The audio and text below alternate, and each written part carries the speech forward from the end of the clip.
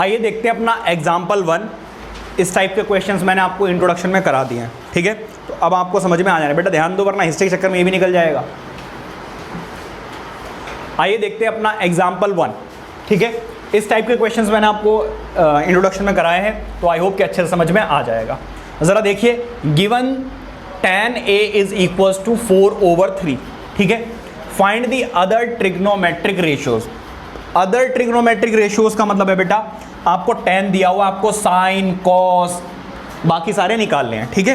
तो ज़रा ध्यान दीजिए, आपको क्या क्या निकालने के लिए बोला। देखो tan दिया हुआ है तो आपको साइन a, अगर यहाँ पर a लिखा हुआ होगा तो आप a ही लिखेंगे, अगर c लिखा हुआ है तो c लिखेंगे, p लिखा हुआ है तो p।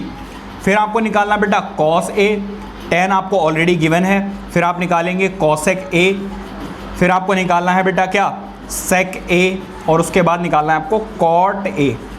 ज़रा ध्यान दीजिए,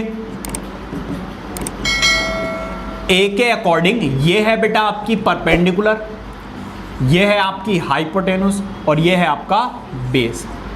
फॉर्मूला क्या होता है साइन का, p/h, ठीक है। अब बेटा p यहां पर क्या है जरा देखिए, p है बेटा BC और h क्या है बेटा AC, तो आपको इन दोनों की वैल्यूज निकालनी पड़ेगी।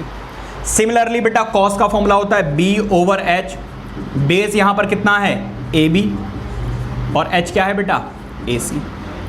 cosec का बेटा फॉर्मूला होता है h/p, h क्या है बेटा AC और p क्या है BC। Any problem. sec का बेटा फॉर्मूला होता है h/b, h कितना है बेटा AC और बेस कितना है बेटा AB। इसका फॉर्मूला होता है बेटा b/p, बेस कितना है बेटा AB और परपेंडिकुलर कितना है BC। Any problem.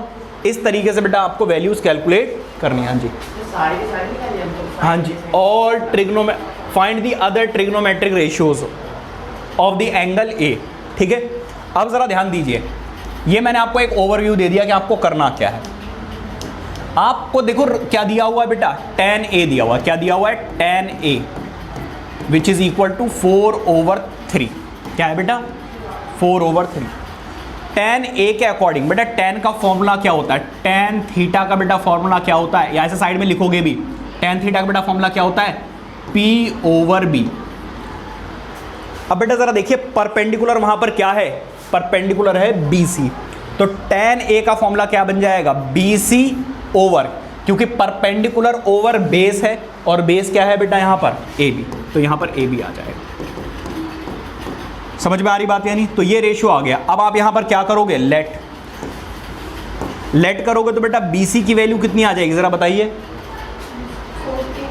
BC की वैल्यू क्या आएगी 4K, very good. And AB की वैल्यू कितनी आएगी बेटा 3K। ये K क्यों आया, ये बेटा इंट्रोडक्शन में बहुत डिटेल मैंने आपको समझाया था, ठीक है। अच्छा, इसका मतलब आपको दो साइडें गिवन है, थर्ड मिसिंग है, तो आपको क्या करना पड़ेगा, अप्लाइंग कौन सा Pythagoras theorem. Pythagoras theorem, Pythagoras theorem बेटा क्या कहती है, कहती है जी h का square is equals to p square plus b square. बेटा h क्या है यहाँ पर AC, क्या है बेटा AC, तो AC का स्क्वायर। परपेंडिकुलर बेटा क्या है वहाँ पर BC का स्क्वायर, और बेस क्या है यहाँ पर AB का स्क्वायर। बताइए कोई दिक्कत। AC की वैल्यू हमें नहीं पता, हमें बेटा क्या पता है BC पता है विच इज 4K, और AB कितना है बेटा 3K, तो 3K का स्क्वायर। Any problem. अब जरा देखिए AC को ऐसे ही छोड़ दीजिए, 4 का स्क्वायर होता है 16 और K का स्क्वायर K स्क्वायर, यहाँ पर 3 का होता है 9 और K का स्क्वायर K स्क्वायर।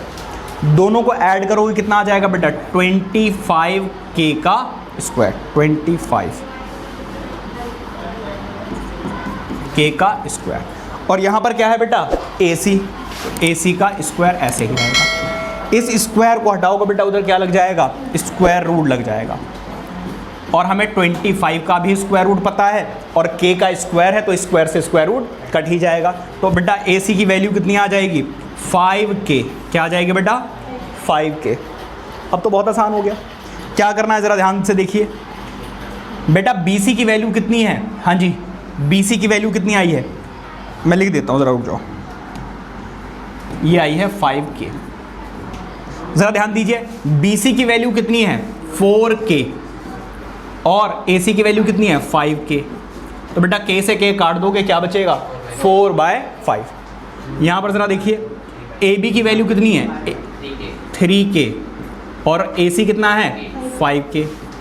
k से k कैंसिल आउट, आंसर क्या आएगा 3/5। आगे लिख देना, स्पेस नहीं है इसलिए नहीं लिख रहा हूँ। AC कितना है बेटा 5k और BC कितना है 4k। k से k बेटा कैंसिल आउट, आंसर कितना आ जाएगा 5/4। यहाँ पर ज़रा देखो AC कितना है 5k और AB कितना है 3k। k से k कैंसिल आउट, आंसर आ जाएगा कितना, लास्ट वाला आप खुद करोगे। ठीक है, इस तरीके से बेटा आपको ये वाला क्वेश्चन करना है। क्लियर हो गई बात या नहीं? Please note it down.